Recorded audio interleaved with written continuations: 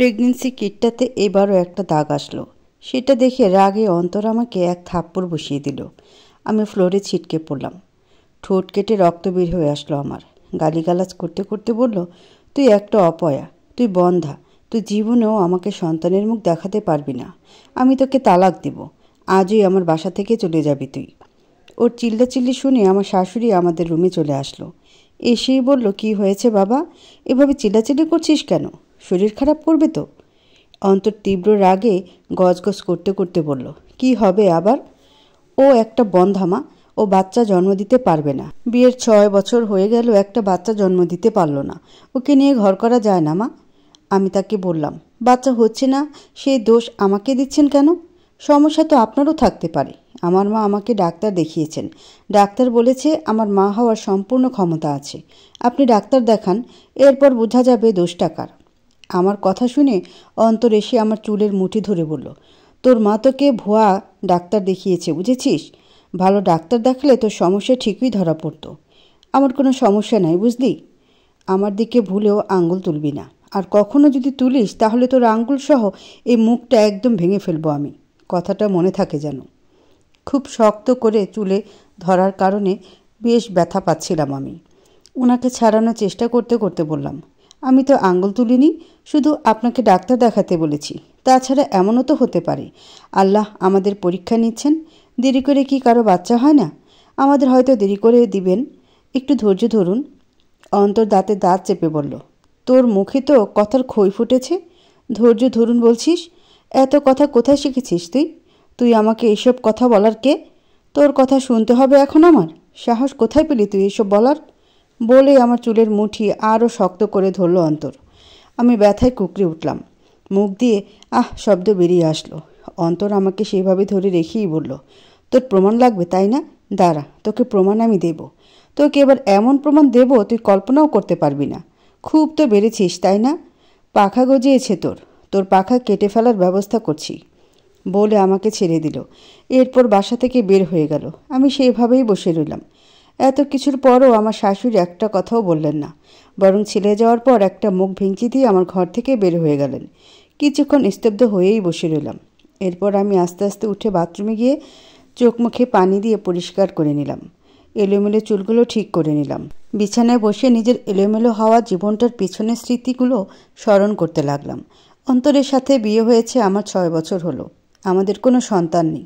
চেষ্টা করেছি বহুবার, কিন্তু কাজ হয়নি। বিয়ের 6 মাস যাওয়ার পর থেকেই অন্তর আর তার মা বাচ্চার জন্য পাগল হয়ে গিয়েছিল। বারবার চেষ্টা করার পরও যখন আমি কনসেপ্ট করতে পারছিলাম না, তখন অন্তর আর তার মা আমাকে দোষারোপ করতে থাকলো। তাদের ভাষ্যমতে আমার সমস্যা, তাই বাচ্চা হচ্ছে না, আমি কখনো মা হতে পারবো না। এরপর আমি আমার মায়ের কাছে গিয়ে সবটা বলেছিলাম। মা আমাকে ডাক্তার দেখিয়েছিলেন, আমার কোনো সমস্যা ধরা পড়েনি। এরপর আমি অন্তরকেও ডাক্তার দেখাতে বলেছিলাম। সে ডাক্তার তো দেখায়নি, বরং আমাকে গালমন্দ করেছে। আর আজ তো সে সীমায় অতিক্রম করে ফেলেছে। এসব ভাবতেই আমার চোখ থেকে নোনা জল বইতে শুরু করলো। আমি চিৎকার করে কাঁদতে শুরু করলাম। কিছুক্ষণ পরেই আমার শাশুড়ি আমার রুমে আসলো। এসেই উনি বললেন, ন্যাকা যত্ত সব, এত ঢং করছো কেন বলো তো? একে তো বাচ্চা হয় না, তার উপর যা তা বললে আমার ছেলেকে। তোমাকে যে আমার ছেলে এখনও ঘরে রেখেছে, এই তো ঢের বেশি। তাড়াতাড়ি রান্নাঘরে আসো, রান্নাবান্না করতে হবে। অন্তর এসে খাওয়া দাওয়া করবে না? বলেই উনি চলে গেলেন। আমি চোখ মুখ মুছে নিলাম। মন চাচ্ছে সংসার ছেলে এই মুহূর্তে বেরিয়ে যায়, কিন্তু নিয়তি আমার বড্ড নিষ্ঠুর।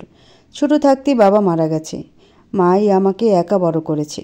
মা আমার জন্য কত কষ্ট করেছে তা তো নিজের চোখেই দেখেছি। এরপর অন্তরের সাথে বিয়ে দিয়েছে। অন্তর ভালো ছেলে, ভালো একটা চাকরি করে, তাই বিয়ে দিয়ে দিয়েছে। কিন্তু কে জানতো ভিতরে ভিতরে মানুষটা এমন এমন পরিস্থিতি হবে জানলে মা কখনো আমায় বিয়ে দিত না। এখন না পারছি, আর সহ্য করতে না পারছি ছেড়ে দিতে। গলার কাটা হয়ে দাঁড়িয়েছে এখন ফিরে গিয়ে আমার মায়ের টেনশন বাড়াতে আমি একদম চাচ্ছিলাম না। ভাগ্যে এমন দুরবস্থা দেখে দীর্ঘশ্বাস ফেললাম। এবার রুম থেকে বেরিয়ে রান্নাঘরে চলে গেলাম। শাশুড়ি গিয়ে নিজের রুমে শুয়েছে। আমি একার হাতেই রান্না করি সব সময়। সে ধারে কাছেও আসে না। 6 বছর ধরে এমনই চলে। আমি যেন তাদের কাজের বুয়া। আজও রান্নাবান্না করে সব গুছিয়ে গোসল সেরে নিলাম। দুপুর হয়ে গেছে। শাশুড়ির জন্য খাবার বেড়ে তাকে ডাকলাম। এরপর অন্তরকে ফোন করলাম, তার ফোন বন্ধ। শাশুড়ি খেতে বসে বললেন, ছেলেটা আমার কোথায় গিয়েছে খবর কিছু রেখেছো নাকি? ছেলের আয়ের টাকা তো শুধু গিলতেই পারো, তার খেয়াল তো আর রাখতে পারো না। ও কোন সকালবেলা বেরিয়েছে, এখনও ফিরছে না, সে খেয়াল আছে তোমার? ফোন করেছো? আমি ছোট আওয়াজে বললাম, কল করেছি, ফোন বন্ধ। শাশুড়ি বললেন, বন্ধ তো থাকবেই, যা কথা শুনিয়েছো তুমি ওকে। আচ্ছা, তোমার এমন মুখ আসলো কোথা থেকে বলো তো? তোমার মা গতবার এগুলো শিখিয়ে পাঠিয়েছে, তাই না? না হলে অমনভাবে তো কথা বলতে না কখনো তুমি। ছেলেটাকে একদম রাগিয়ে দিয়েছ। আল্লাহ জানে আজ বাড়ি ফিরে কি না। শাশুড়ির কথায় কিছু বললাম না, জবাব দিলে কথা বাড়বে, ঝগড়া হবে, তাই চুপ করে রইলাম। সে খাওয়া শুরু করলো। আমি রান্নাঘরে গেলাম ডালের বাটিটা আনতে। ওই সময় কলিং বেল বেজে উঠল। আমার শাশুড়ি চেঁচিয়ে বললেন, কলিং বেল বাজছে, দরজাটা খুলবে তো নাকি? কোথায় গেলে মৌ? আমি ডালের বাটি হাতে করেই দরজা খুলতে গেলাম। দরজা খুলতেই আমার পায়ের তলা থেকে যেন মাটি সরে গেল। অন্তর বরের বেশি আমার সামনে দাঁড়িয়ে আছে, সাথেই বধূ বেশি একটা মেয়ে। অন্তর আমাকে দেখে বলল, তোর না প্রমাণ লাগবে? এই দেখ, বিয়ে করে এনেছি, তোকে 1 মাসের মধ্যে প্রমাণ দিচ্ছি আমি। ওয়েট অ্যান্ড ওয়াচ, মিট আমার নিউ ওয়াইফ ফিজা। ওনার কথা শুনে আমার হাত থেকে ডালের বাটিটা পড়ে গেল। গরম ডাল ছিটকে পড়ল আমার পায়ের উপর। ওদের পায়ের কাছেও পড়ল কিছুটা। অন্তর নতুন বউকে নিয়ে দূরে ছিটকে গেল। আমি সেভাবেই দাঁড়িয়ে রইলাম। পায়ে যে গরম ডাল পড়েছে তার কোনো অনুভূতিই হচ্ছে না। নিজেকে অনুভূতি শূন্য মনে হচ্ছে এই মুহূর্তে। মুখে মুখে অন্তরকে যাই বলি না কেন, তাকে যে আমি ভালোবাসি তা কিন্তু সত্যি। 6টা বছর মানুষটার সঙ্গে আছি, তার প্রতি ভালোবাসা থাকাটা স্বাভাবিক। ভালো খারাপ সবসময়ই তার পাশে ছিলাম, তার অর্ধাঙ্গিনী হয়ে। এতগুলো বছরে যত কষ্টই উনি দিক না কেন, তাকে ছাড়ার চিন্তা মাথায় আনেনি। বেশি কষ্ট পেলে তখন এরকম চিন্তা মাথায় আসে, কিন্তু কিছুক্ষণ পর আবার চলে যায় মাথা থেকে। সে যাই হোক, আমার সাথে যেমনই করুক না, সে আমার স্বামী, তার পাশে থাকা আমার দায়িত্ব। কিন্তু আজ সে আমার সাথে কি করলো? এটা আমার জন্য সতীন নিয়ে এলো? সতীনের সংসার করতে হবে আমাকে? আমার 2 চোখ দিয়ে নোনা জল পড়ছে। অন্তর চেঁচিয়ে উঠে বলল, কি করলি এটা তুই? তোর সাহস দেখি কম না? তুই আমার নতুন বউকে পুড়িয়ে মারতে চাস? ওর কথায় তার ছেলের হাসি দিলাম। তাদের গায়ে শুধু ডালের ছিটা গিয়েছে, নতুন বউর তো শুধু শাড়িতে লেগেছে। আমার তো পা ঝলসে গেছে মনে হচ্ছে। আর সে কি বলল? দরজার সামনে এমন হট্টগোল শুনে আমার শাশুড়িও চেঁচামেচি করতে করতে চলে আসলো। শাশুড়ি বলল, দরজার সামনে কি হয়েছে? সঙ্গের মতো দাঁড়িয়ে আছো যে? ডালটাও তো ফেলে দিলে। বলি কি, তুমি কি শুধু হাত পায়েই বড় হয়েছ? তোমার এখনও আক্কেল হয়নি? শাশুড়ি হাঁটতে হাঁটতে দরজার সামনে এলো। দরজার দিকে তাকিয়ে অন্তরকে দেখে তিনি বললেন, কী রে বাবা, কি করেছিস তুই? তুই আবার বিয়ে করেছিস? অন্তর হাসলো। পাশের মেয়েটা এগিয়ে এসে শাশুড়িকে সালাম করলো। শাশুড়ি কিছু বললেন না, চুপচাপ দাঁড়িয়েই রইলেন। অন্তর বলল, আবার বিয়ে করেছি মা। ওর তো প্রমাণ লাগবে আমি পুরুষ কিনা। দেখো না, বারবার ডাক্তারের কথা বলে আমাকে, তাই ওকে সত্যিকারের প্রমাণ দিব আমি এবার। সমস্যা যে ওর, এটা আমি প্রমাণ করব। শাশুড়ি বললেন, তাই বলে এইভাবে হুট করে বিয়ে করে নিবি? বলা নেই কওয়া নেই, কোন মেয়েকে বিয়ে করলি তুই? ওর বংশ পরিচয় কী? অন্তর বিরক্ত হলো, বলল, উফ মা, ওকে বিয়ে যেহেতু করেছি ওর সম্পর্কে ভালো মতো জেনে শুনিয়ে বিয়ে করেছি আমি। এবার ভিতরে আসতে দাও তো আমাদের। ওই অপয়াত ওকে একটু আগে পুড়িয়ে মারতে চেয়েছিল, দেখো না কেমন ডাল ফেলে দিল ওর গায়ে। এতক্ষণ ধরে ওদের কথা শুনেই যাচ্ছি আমি। উত্তর দেওয়ার মতো বলশক্তি কিছুই খুঁজে পাচ্ছি না। পাবো কিভাবে? আজ তো আমার পায়ের নিচের মাটি সরে গেছে। এতদিন দেয়ালে পিঠ ঠেকিয়ে এ বাড়িতে ছিলাম, এখন এ বাড়িতে থাকবো আমি কিসের আশায়? অন্তরের কথার জবাবে আমি বললাম, আপনার নতুন বউয়ের তো পায়ে পড়েছে ডাল, এতেই পড়ে গেছে। আপনি যে আজ আমার মনটাই পুড়িয়ে দিলেন, তার কি হবে? বলেই আমি ভিতরে চলে আসলাম। আমার বুকটা কষ্টে ফেটে যাচ্ছে। রুমে ঢুকে দরজাটা বন্ধ করে দিলাম। আমার শ্বাস নিতেও যেন কষ্ট হচ্ছে। এখন কি করব বুঝতে পারছি না। ধপ করে বিছানায় বসে পড়লাম। চিৎকার করে কাঁদতে ইচ্ছে করছে। নিজেকে পাগল পাগল মনে হচ্ছে। বিছানায় বসেছি 2 মিনিটও হয়নি। দরজার ধীরিম ধীরিম শব্দে উঠে দাঁড়ালাম। মনে হচ্ছে যেন দরজাটা ভেঙেই ফেলবে। আমি দ্রুত দরজাটা খুলে দিতেই অন্তর কর্কশ শব্দে বলল, দরজা দিয়ে রুমে কী করছিস? বের হ এখান থেকে। নতুন বউ এনেছি দেখছিস না? আজ থেকে এবারে এ ঘর সব কিছু ওর। তোর যা ছিল সব ওর। বলে বৃষ্টি হাসি দিল সে। নতুন বউটা এতক্ষণ চুপ থাকলেও এই যাত্রায় মুখ খুলল। বলল, তুমি বিবাহিত জেনে বিয়ে করলেও আমি সতীনের সংসার করব না অন্তর। ওকে এ বাড়ি থেকে তোমায় বিদায় করতে হবে। অন্তর বলল, ডোন্ট ওয়ারি, 1 সপ্তাহের মধ্যে ওকে ডিভোর্স দিয়ে দিব আমি, এরপর এ বাড়ি থেকে আউট। তাদেরকে শুধু দাঁড়িয়ে দাঁড়িয়ে দেখছি আমি। সে ভাবলো কিভাবে সে এমন একটা কাজ করার পর আমি তার বাড়িতে থাকবো, তাও একটা সপ্তাহ। আমি তো এই মুহূর্তেই ছাড়বো। আমি তাকে বললাম, আপনি ভাবলেন কি করে আপনার সংসার আমি আরও করব? আমার ভালোবাসার এই প্রতিদান দিলেন আপনি? এটা কি করে পারলেন আপনি অন্তর? বলেই কান্নায় ভেঙে পড়লাম আমি। অন্তর বলল, সেটা তোর ওসব কথা বলার আগে ভাবা উচিত ছিল। তাছাড়া বিয়ে আমি আগে পরে করতামই। তুই তো জীবনেও আমাকে বাচ্চার মুখ দেখাতে পারতি না। আমি আর কিছু বললাম না। তার সাথে কথা বলতেও মন চাচ্ছে না। সেখান থেকে বেরিয়ে ড্রয়িংয়ে চলে আসলাম। আমার শাশুড়ি সোফায় বসেছিলেন। আমাকে দেখে বললেন, দেখলে পুরুষ মানুষের সাথে মুখ নাড়ালে কি হয়? তাছাড়া ছেলেটা ভালোই করেছে। এবার নাতি নাতনির মুখ আমি দেখতে পারবো। আমি তাকে কোনো উত্তর দিলাম না। নাকের নাকফুল আর কানের দুলজোড়া খুলে তার সামনে দিলাম। হাতের চুড়ি দুটিও খুলে ফেললাম। এরপর মেইন দরজার দিকে হাঁটা শুরু করলাম। শাশুড়ি আমাকে ডেকে বললেন, কোথায় যাচ্ছ? আমি শান্তভাবেই বললাম, চলে যাচ্ছি। আপনাদের আর আমার মতো অপয়াকে দেখতে হবে না। আমি চলে যাচ্ছি, কিন্তু আমার সাথে আপনারা যা করেছেন তার পরিণাম আপনারা ভোগ করবেন মা। আমি সহ্য করেছি আপনাদেরকে, আপনাদের প্রত্যেকটি অপবাদকে, কিন্তু ওপরওয়ালা সইবে না মা। তিনি আপনাদের বিচার ঠিকই করবেন। এতটুকু বলে চোখের পানি মুছে নিলাম আমি। আমার শাশুড়ি কিছু একটা বলার জন্য তৈরি হচ্ছিলেন, তাকে সেই সুযোগ না দিয়ে আমি বললাম, আপনার ছেলেকে বলবেন ডিভোর্স পেপারটা আমার মায়ের বাসায় পাঠিয়ে দিতে। এখন আসি, ভালো থাকবেন। বলেই সে বাসা থেকে বের হয়ে গেলাম আমি। এক কাপড়ে সে বাড়ি ছাড়লাম আমি। বাড়ি থেকে বের হয়ে ইচ্ছে হলো গাড়ির নিচে ঝাঁপ দিই, কিন্তু আমার মাটা পৃথিবীতে একা। আমি শেষ হয়ে গেলে সেও শেষ হয়ে যাবে। তাই রওনা হলাম মায়ের বাসার দিকে। মায়ের বাসা এ বাসা থেকে বেশি দূর না, বলা যায় প্রতিবেশী। মা একাই থাকেন। আমার মা আগে এ এলাকায় থাকতেন না, আমার বিয়ের পর এসেছেন। আমার কাছাকাছি থাকতে চাওয়ার কারণে এখানে এসেছেন তিনি। পায়ে হেঁটেই মায়ের কাছে চলে গেলাম আমি। দরজায় কলিং বেল দেওয়ার আগে মুখ চোখ মুছে নিলাম। নিজেকে যথেষ্ট শান্ত রাখার চেষ্টা করলাম। দরজায় কলিং বেল দিতেই মা দরজা খুলে দিলেন। মিষ্টি হেসে আমাকে বললেন, তুই এসেছিস? কতদিন পর আসলি। মায়ের খোঁজ নিতে ইচ্ছে হয় না এখন আর। শত চেষ্টা করেও নিজেকে আর সামলাতে পারলাম না। মাকে জড়িয়ে ধরে চিৎকার করে কেঁদে ফেললাম। মা আমাকে সান্ত্বনা দিয়ে বলল, কী রে, কাঁদছিস কেন? এভাবে কাঁদে কেউ? কি হয়েছে? আয় আয়, জলদি ঘরে আয়। মা আমাকে ঘরে নিয়ে এসে দরজা লাগিয়ে দিলেন।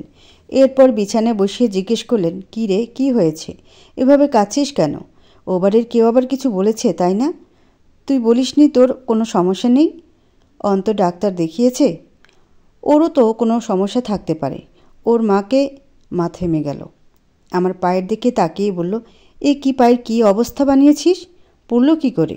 মা দ্রুত গিয়ে পেস্ট নিয়ে আসলো। আমার পায়ের পোড়া অংশে লাগিয়ে দিতে দিতে বলল, এভাবে পড়ল কি করে? রান্না করতে গিয়ে পড়েছিস? নিজের খেয়াল রাখতে। অন্তর আবার বিয়ে করেছে মা, তাই আমি চলে এসেছি মা। উনি আমায় ডিভোর্স দেবে। আমার কথায় মায়ের মুখ বন্ধ হয়ে গেল। কিছুক্ষণ মলিন হয়ে আমার দিকে তাকিয়ে রইলেন। এরপর হঠাৎই বুকে হাত দিয়ে জ্ঞান হারান। মায়ের চোখে পানি ছিটা দিয়ে হাত পা মালিশ করার পরও যখন মায়ের জ্ঞান ফিরল না, তখন ডেকে আনলাম পাশের ঘরের আন্টিকে। উনি পরামর্শ দিলেন মাকে হাসপাতালে নিয়ে যাওয়ার। বাড়ির সবাই মিলে মাকে ধরাধরি করে হাসপাতালে নিয়ে গেলাম। ডাক্তার মাকে দেখে বললেন হার্ট অ্যাটাক করেছে। শুনে কষ্ট পেলাম অনেক। আমার সাথে এমন কেন হচ্ছে? একে তো অন্তর এমন করলো, তার উপর মায়ের এমন অবস্থা। কোথা যাব আমি? কি থেকে কি করব ভেবে পাচ্ছি না আমি। মায়ের পাশে মায়ের হাতটা ধরে বসে থাকলাম। মায়ের জ্ঞান ফিরল কিছুক্ষণ পর। জ্ঞান ফিরতেই শক্ত করে মায়ের হাত ধরলাম।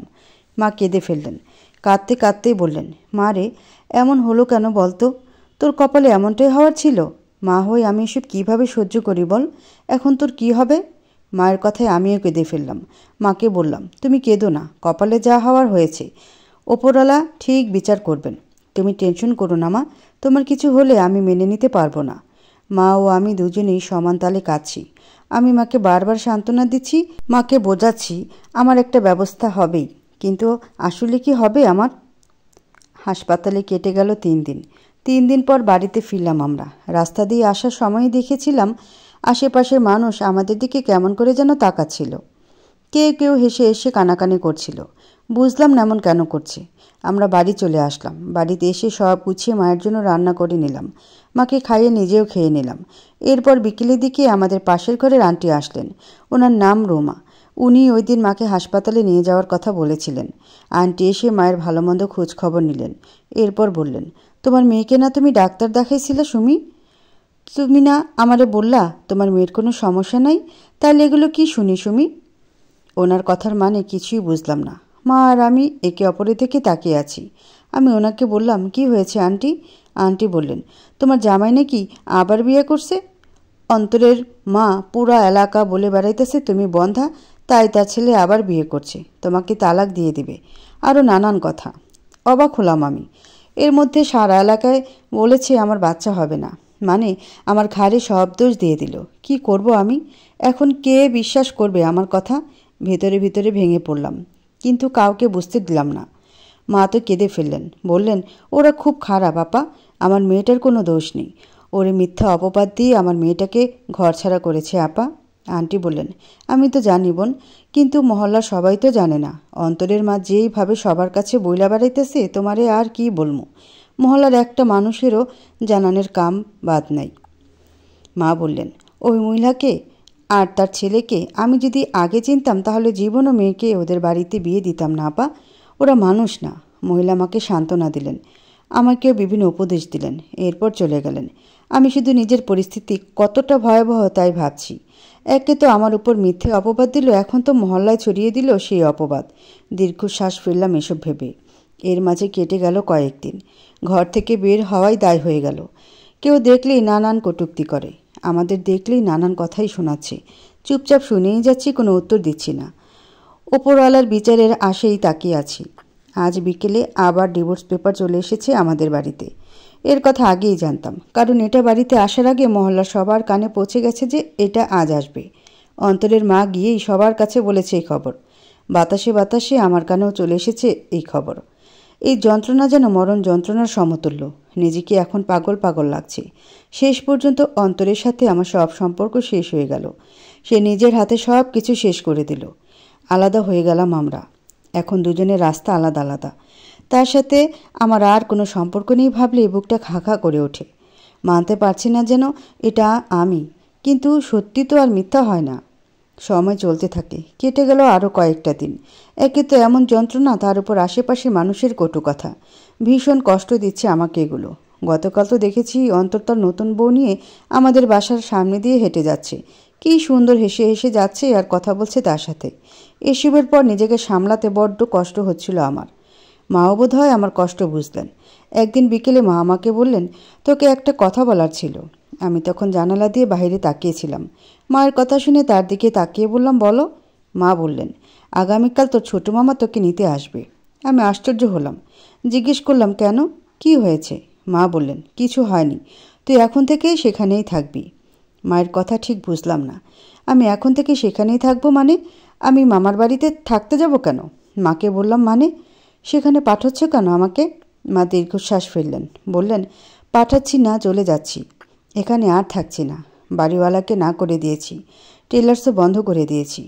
এ মাস শেষ হলে আমিও তোর মামা বাড়ির দিকে চলে যাব। এ এলাকায় আর থাকা যাবে না রে মা, তোকে এমন দেখতে আমার একটুও ভালো লাগে না। এসব মানুষের কথাবার্তা শুনে তুই মন খারাপ করে থাকিস তা আমি চাই না। সবাই না জানলো আমি তো জানি আমার মেয়ের দোষ না গুণ, কিন্তু কাউকে কিছু বলে লাভ হবে না যে। তাই এই শহর ছাড়ে আমাদের জন্য ভালো হবে, তুই কাল তোর মামার সাথে যাবি, ব্যাস। মায়ের কথার বিপরীতে কিছুই বললাম না। ঠিকই বলেছে, এলাকায় থাকলে আমি পাগল হয়ে যাব। অন্তর এইভাবে আমার সামনে ঘুরলে আমি ঠিক পাগল হয়ে যাব। তাই তৈরি হলাম এই শহর ছাড়ার জন্য। আগামীকাল মামার সাথে রওনা হব রাজশাহীর উদ্দেশ্যে। ছোটো মামা এলেন সকাল 10টা নাগাদ। মামা আসার পরপরই মা কেঁদে দিলেন। মাকে সান্ত্বনা দিলেন কিছুক্ষণ, এরপর আমাকেও ধৈর্য ধরতে বললেন। আমার ব্যাগপত্র আমি গুছিয়ে নিয়েছি গতকাল রাত্রেই। মা মামার জন্য খাবার বাড়লেন। খাওয়া দাওয়া শেষ করে আমাকে নিয়ে রওনা হলেন মামা। ব্যাগপত্র নিয়ে গেটে আসতেই দেখা হলো অন্তরের সাথে। অন্তর আমাকে দেখে বিশ্রীভাবে হাসলো, বলল, কোথায় যাচ্ছিস? কোথাও গিয়ে লাভ নেই, তোর কলঙ্ক মুছবে না, তুই কারো ঘর করতে পারবি না কখনো, দেখিস তোর মতো বন্ধা মেয়েকে কে বিয়ে করবে? বলে সে অট্ট হাসিতে ফেটে পড়ল। আমার খুব ঘৃণা হলো। এই মানুষটার জন্য প্রেম ভালোবাসা কিছুই অন্তরে অবশিষ্ট থাকলো না। তার কথা শুনে তাকে কিছু না বলে মামার সঙ্গে চললাম। সে পেছন থেকে আরও নানান কথা শোনালো। আমি কিছু বললাম না। স্টেশনে পৌঁছে টিকিট কাটলাম ট্রেনের। রওনা হলাম রাজশাহীর দিকে। এই শহর থেকে বহু দূরে চলে যাচ্ছি আমি, যেখানে আমাকে কেউ চিনবে না, কেউ এসব ব্যাপারে কথা বলবে না। আমি রাজশাহীতে এসেছি প্রায় 1 মাস হয়ে গেছে। আপাতত ছোট মামার বাসাতেই আছি। মা বলেছেন উনি এখানে আসলে আমরা ভাড়া বাসা চলে যাব। মা আরও বলেছেন নানা বাড়ির যে জায়গাটুকু মা পেয়েছেন সেখানে ঘর করবেন, এরপর আমরা সেখানেই থাকব। আমার ছোট মামি মানুষটা খুব ভালো মনের মানুষ। আসার পর থেকে আমাকে বিভিন্ন উপদেশ দিয়েছেন। জীবনের সামনে চলার মনোবল জোগাতে বলেছেন। কারোর জন্য জীবন থেমে থাকে না। তিনি কয়েকটা দিনই আমাকে অনেকটাই সাহস জুগিয়েছেন। অন্তরের জন্য ভালোবাসাগুলো বদলে ঘৃণায় পরিণত হচ্ছে এখন। আমার মা এসেছেন 2 দিন আগে। মা আসার পর বড় মামা এসেছেন ছোট মামার বাড়িতে। বড় মামা নানার থেকে পাওয়া জমি বিক্রি করে শহরের দিকে বাড়ি করেছেন। উনি এখন ওখানেই থাকেন। আজকে উনি এসেছেন এই বাসায়। মামাকে দেখে মা আবার কান্না করে দিল। এরপর মামাকে সব ভেঙে বলল। শুনেই মামা রেগে গিয়ে বললেন, আমি তোকে আগেই বলেছিলাম ওই ছেলের সাথে তোর মেয়ের বিয়ে না দিতে। ছেলেটাকে আমার সুবিধার মনে হয়নি। তোরা তো আমার কথা শুনলি না। ভালো চাকরি দেখে দিয়ে দিলি বিয়ে। এবার দেখ আসল রূপ বেরিয়ে এলো তো। মামা রাগে ফুঁসছেন। মা কান্না করছে। বড় মামি ফোরন কেটে বলল, ছেলের দোষ আছে, তোমার ভাগ্নেরও দোষ আছে। ছেলে যা করছে খারাপ করছে ঠিক আছে, কিন্তু তোমার ভাগ্নে তো বাচ্চা হয় না। ছেলে কি তোমার ভাগ্নেকে মুখ দেখে রাখবো? ছেলের কি বাপ হইতে মন চায় না? আমি মামা মামিদের কথার মাঝখানে যাইনি, পাশের ঘরেই ছিলাম। সেখান থেকে তাদের কথা শোনা যাচ্ছে। ওনার কথা শুনে বিস্মিত হলাম। মা বললেন, ভাবি আমার মেয়ের কোনো সমস্যা নেই, ওরা ওর নামে মিথ্যে অপবাদ ছড়িয়েছে। বড় মামি আবারও বললেন, তারা তোমার মেয়ের নামে মিথ্যে অপবাদ ছড়েছে, এটা তুমি বলো কেমনি? 6 বছর হয়েছে বিয়া দিলা, বাচ্চা হইল না, তাহলে তুমি এটা কও কেমনি? কারণ আমার মেয়েকে আমি ডাক্তার দেখিয়েছি, ডাক্তার বলেছে ওর সমস্যা নেই। বড় মামি এবার মুখ ভেঙচি দিলেন। এরপর বললেন, বলতে পারি না বাপু, কি কও না কও তুমি? কি ডাক্তার ফাক্তার দেখাও তোমরা, কে জানে পুরুষ মানুষের কি দোষ থাকে কোনো? দেখাও গিয়া, তোমার মাইয়ারই দোষ। মামির কথায় মা রেগে গেলেন। এক কথায় 2 কথায় মামির সাথে মায়ের খুব লাগলো। এরপর বড় মামা ধমকে মামিকে চুপ করালেন। আমি খালি চুপচাপ তাদের কথা শুনলাম, কোনো উত্তর দিলাম না। তখন ছোট মামি আমার কাছে আসলো। আমার মাথায় হাত বুলিয়ে দিয়ে বলল, দেখেছিস তো কি হচ্ছে? এর মানে এই না তুই হেরে গেছিস, তোকে লড়তে হবে, ওদের মুখ বন্ধ করার ব্যবস্থা করতে হবে। ছোট মামির মুখের দিকে ফ্যাল করে তাকিয়েছিলাম সেদিন, আর মনে মনে সামনে এগিয়ে যাওয়ার প্রস্তুতি শুরু করলাম। সময় চলতে চলতে চলে গেল 2 বছর। নিজেকে অনেকটাই গুছিয়ে নিয়েছি আমি। অন্তরের জন্য কোনো অনুভূতি অবশিষ্ট নেই। যা আছে তা কেবল ঘৃণা। আমি উন্মুক্ত বিশ্ববিদ্যালয়ে ভর্তি হয়েছি। মা এখানে এসে আবার একটা টেলার্স দিয়েছেন। নানার জমিতে একটা ছোটোখাটো ঘর উঠিয়েছি আমরা। আমি পড়াশোনার পাশাপাশি কয়েকটা টিউশনি করছি। নিজেকে সামলে বেশ ভালোভাবে দিন কাটাচ্ছি আমি। দিনগুলো ভালোই চলছিল, কিন্তু হঠাৎ একদিন বিকেলে টিউশনি থেকে ফিরে ঘর ভর্তি মেহমান দেখে চমকে গেলাম।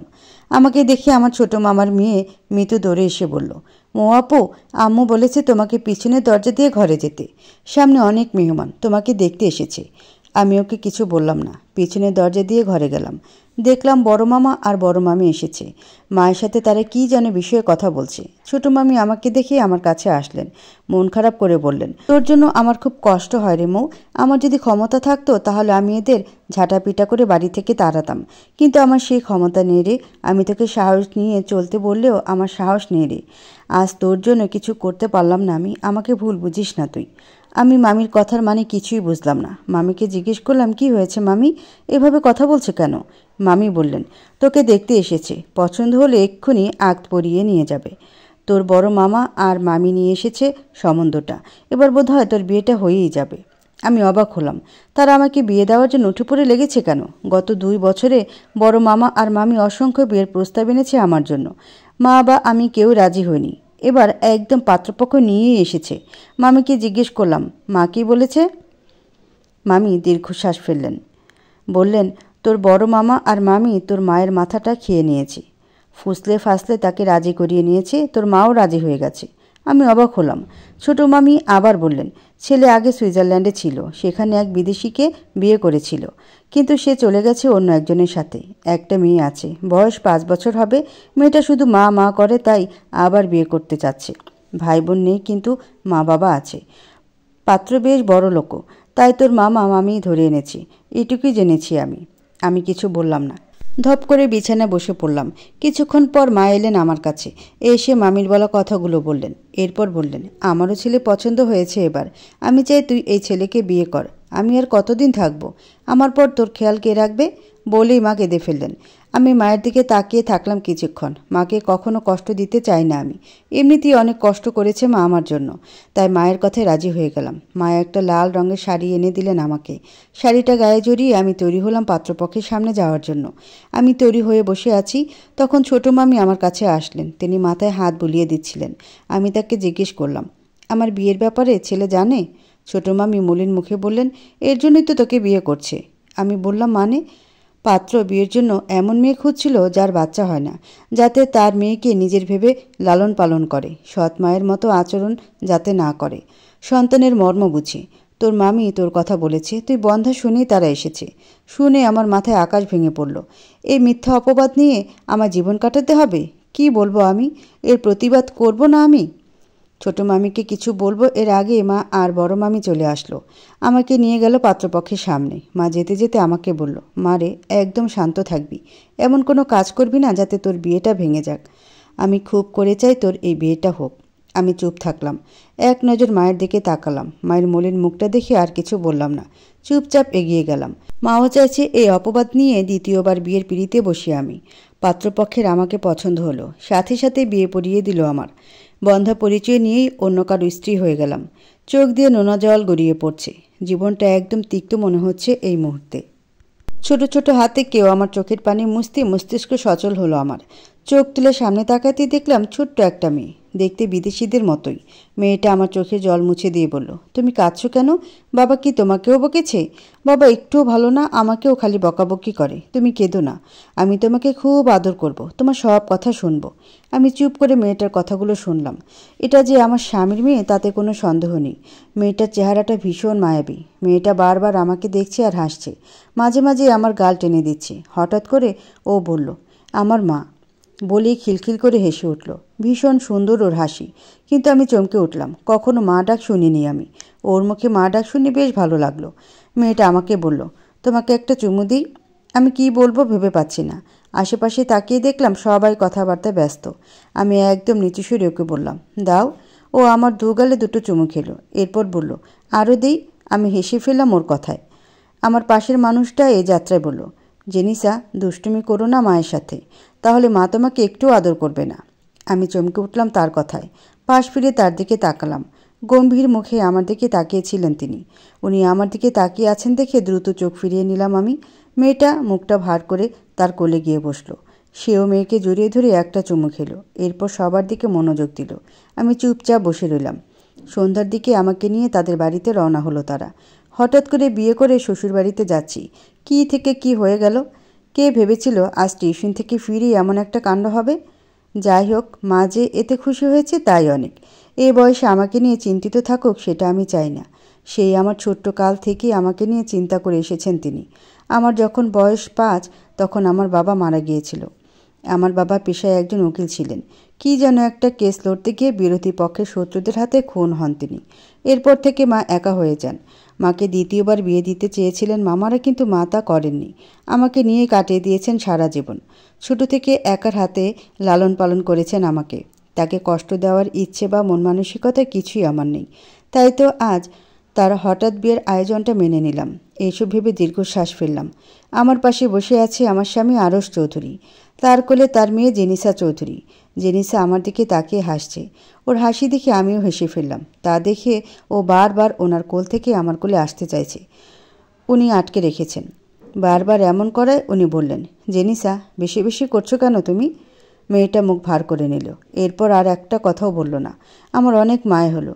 আমি 2 হাত বাড়িয়ে দিলাম ওর দিকে।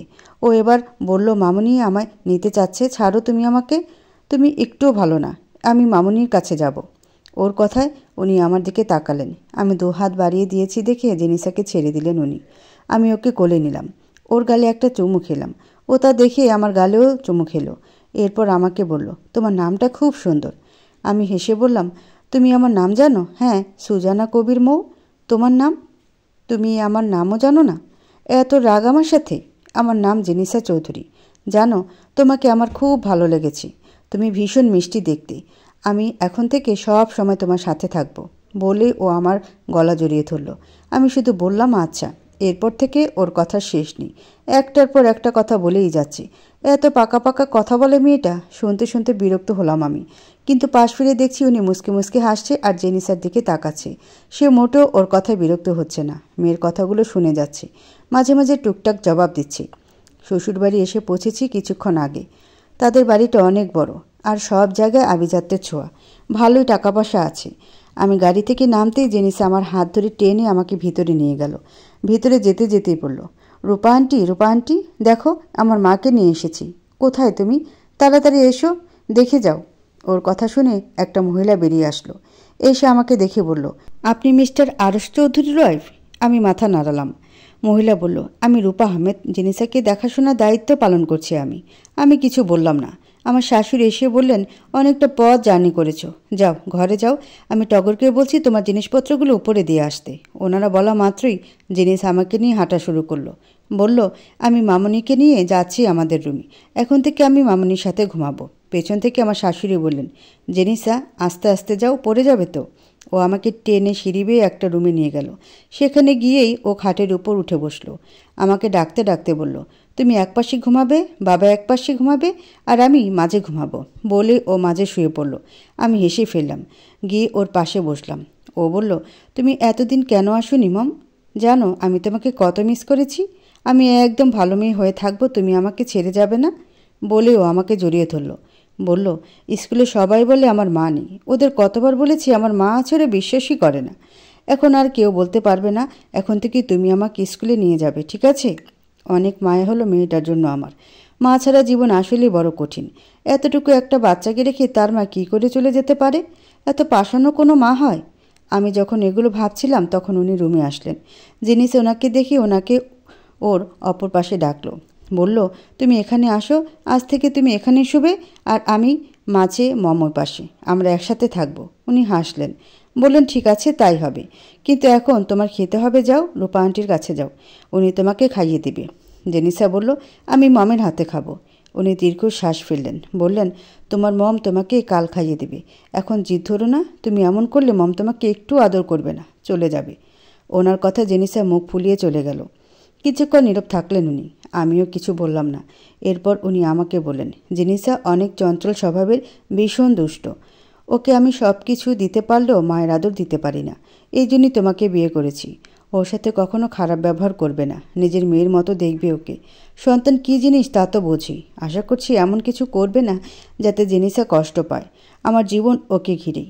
কিন্তু এখন তোমাকে বিয়ে করেছি, তোমার দায়িত্ব এখন আমার। তোমার কিছু প্রয়োজন হলে আমাকে জানাবে। বলেই উনি চলে গেলেন।